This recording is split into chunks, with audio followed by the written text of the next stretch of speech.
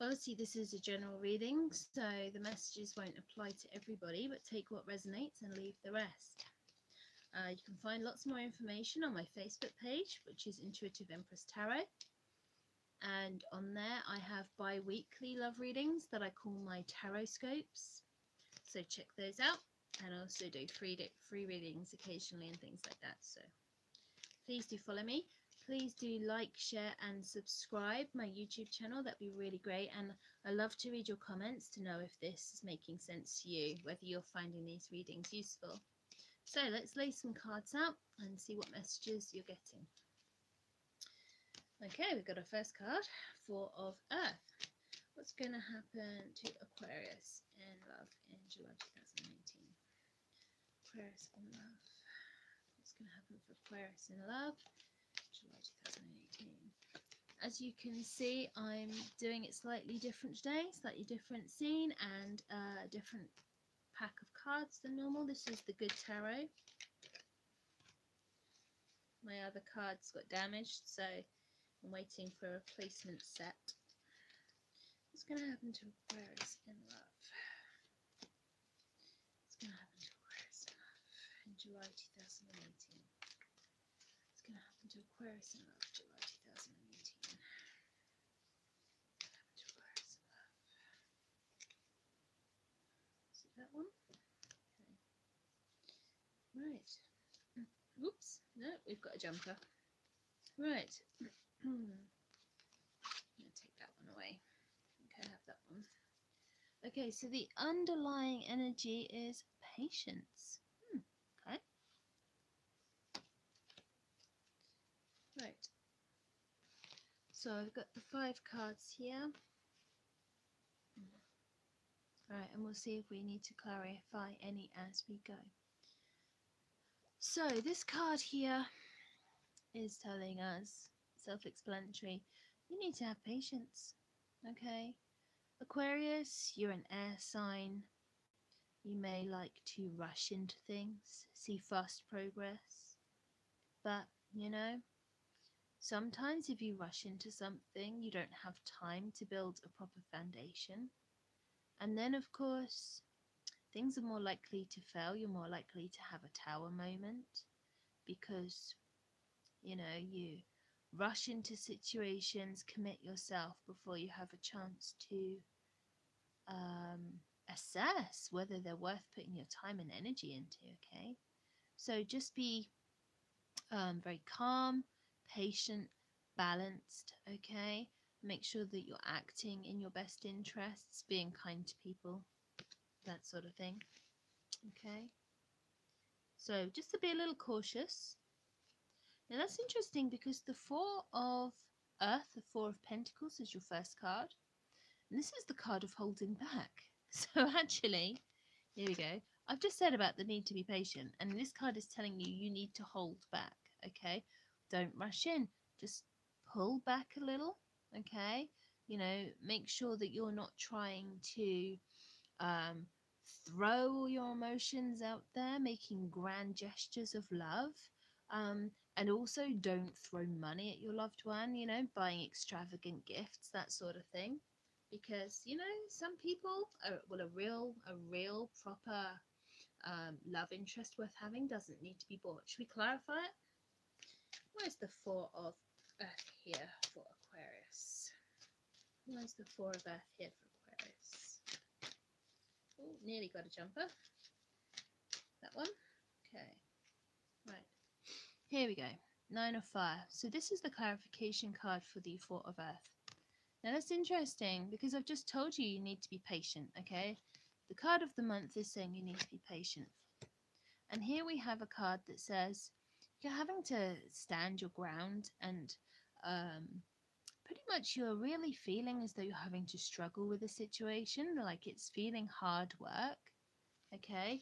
With the 9 of Wands, the 9 of Fire, it tends to be a project that seems like it's never ending, okay? Like there's no light at the end of the tunnel, that you feel you're just never actually going to complete it. So perhaps you've got a loved one I mean, perhaps your loved one is holding back their feelings and you're wondering when they're actually going to commit. Hi. Hello. Thank you for your comment. We'll find out, won't we? So, yeah, if you've got a loved one who's holding back and you may be getting a bit sick and tired of waiting for them to actually sort of, come forwards here and put some effort in, that might be the case. Or it might be saying that with your patience and just holding back a little and taking it careful, that things will play out. And because the Nine of Fire, obviously, it will, we go through cycles. This will, it will complete. You will see a result. Okay, you just need to give it time. And what this card says is don't give up. Okay, although it feels like a struggle, you're really close to the end. So don't give up before you get there. Now, the next card is the Ten of Air, the Ten of Swords. So, this is not actually a great card for Aquarius because it's saying that there may be some betrayal, okay, that feeling of being stabbed in the back, right? But this tends to be in the past, okay? Let's have a look, let's clarify it.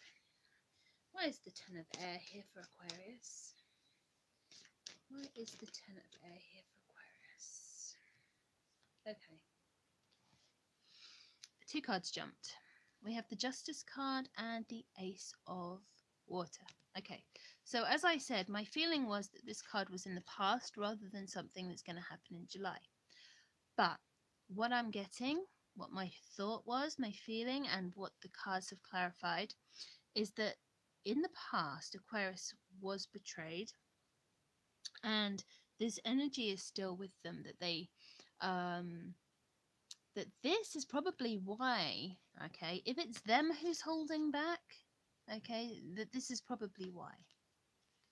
Because they've been hurt in the past, they don't want to feel vulnerable, okay?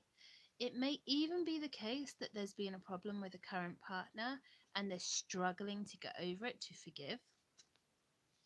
What the Justice card is saying is that pretty much people get what's coming to them, and whoever's behaved badly will obviously suffer the consequences of that on some level. But obviously, with this being a 10 and the end of a cycle, you could move on.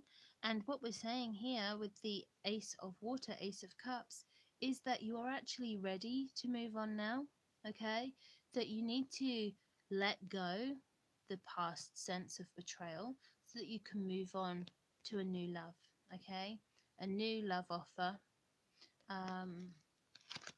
Because you don't want to be stuck in the past. You don't want to be hanging on to that baggage and letting that control your future. Now, the pivot card here is the Strength card, and that's interesting. This came up for Capricorn as well. So this is talking about having courage, okay? Yeah, it's difficult, isn't it? Never seems like love is straightforward. So here we have a potential Leo. Okay, this is the card of Leo again. But also it's a card saying that you need to have courage, okay? So, as I just said, if you feel that you were betrayed in the past, you're going to have courage to move forward beyond that in order to get this new love offer, okay? To make yourself vulnerable. Now, the Ace of Water is well, all aces really are about new starts, okay? So, to some extent, there's a leap of faith. Now, it's interesting. The Ace of Water can also be a proposal, okay? And I mean, that seriously is going to shake you up here. If you're holding back or you're feeling a little cautious and a proposal comes in, that's going to be a little scary. It can also be a pregnancy, but I'm not really seeing any other cards that would suggest that. And obviously that's a clarifying card rather than a May one. So just something to bear in mind, because here we have the Hierophant. And this is a marriage card, okay? This is a card of stability, of being conservative with a small c. So we're talking about organizations, we're talking about structure, living by society's rules, and conforming. That's the word I'm looking for, right? It's a card of conforming. It's a card of getting married as opposed to just living together in sin, if you like. Rather than being, and actually, I'm just getting Aquarians are really rebellious, okay? And so, to some extent, this card is like your antithesis. It's like the thing that Aquarians would hate doing the most because you have to conform to society's rules and expectations, when actually Aquarius likes to poke people in the eye and rebel and be different and shock people. Okay, so I would just say bear this in mind. Bear this in mind. And perhaps this strength and need for control is about suppressing those instincts that you have to rebel and annoy authority. Okay, because maybe there is a reward here in conforming that is greater than the fun you have in poking people, thumbing your nose, whatever. And the reason I'm saying this is because your last card here is the Ten of Earth, the Ten of Pentacles.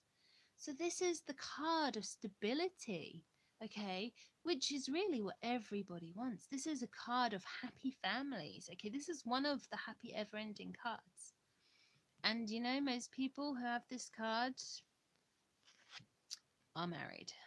Okay. Let's try some clarification cards just to see if we can get any extra messages. Where's the strength card here for Aquarius? Where's the strength card here for Aquarius? Oop. Why is the strength card here for Aquarius? It's this one here. Okay, the world card. Wow. This card just came up for Capricorn as well. So, if any of you have got Capricorn and Aquarius in Sun, Moon, or Rising, okay, this is going to be a very powerful, very clearly directed month for many of you. Okay, this is the card that's saying, you can have the world in your hands here, but you also need to look at the bigger picture, that you need to be aware of what's going on behind the scenes, really. I think that the world is a bigger place than just yourself, and you can't just think about your own needs, your own wishes, your own desire to rebel against authority. Okay, look at the bigger picture, look at your families, look at your potential children and their needs, and what is practical. Okay, and obviously with this card that is clarifying, we're talking about having the strength to control yourself. Okay, and courage too. Courage too. Let's do a bit more. Why is the Hierophant card here for Aquarius? Okay, we've got some jumpers. Wow. I say wow. Okay, we've got two sevens. Two sevens. We've got the Seven of Earth and the Seven of Air. Seven of Earth also came up for Capricorns. Okay, and we've got the Five of Earth. So we are seeing some progression here. So the Five of Earth is suggesting that you or your partner may be feeling left out in the cold. Okay, and let's just remember that I did say the Four of Earth is to do with holding back emotions. Okay, and it can be to do with holding back finances as well. But I think, as this is an Aquarian reading, it's more likely to be emotions, because Aquarians tend to be quite cool and logical. Okay, and also, sorry, Five of Earth, feeling left out in the cold. If one partner wants to get married, okay, if one partner wants to have a proposal of marriage and the other one is resisting, okay, just bear that in mind. And we've got the Seven of Earth. So one of you, Aquarius, potentially has been putting a lot of effort into the relationship. Okay. Now remember, I did say you've got to be patient here.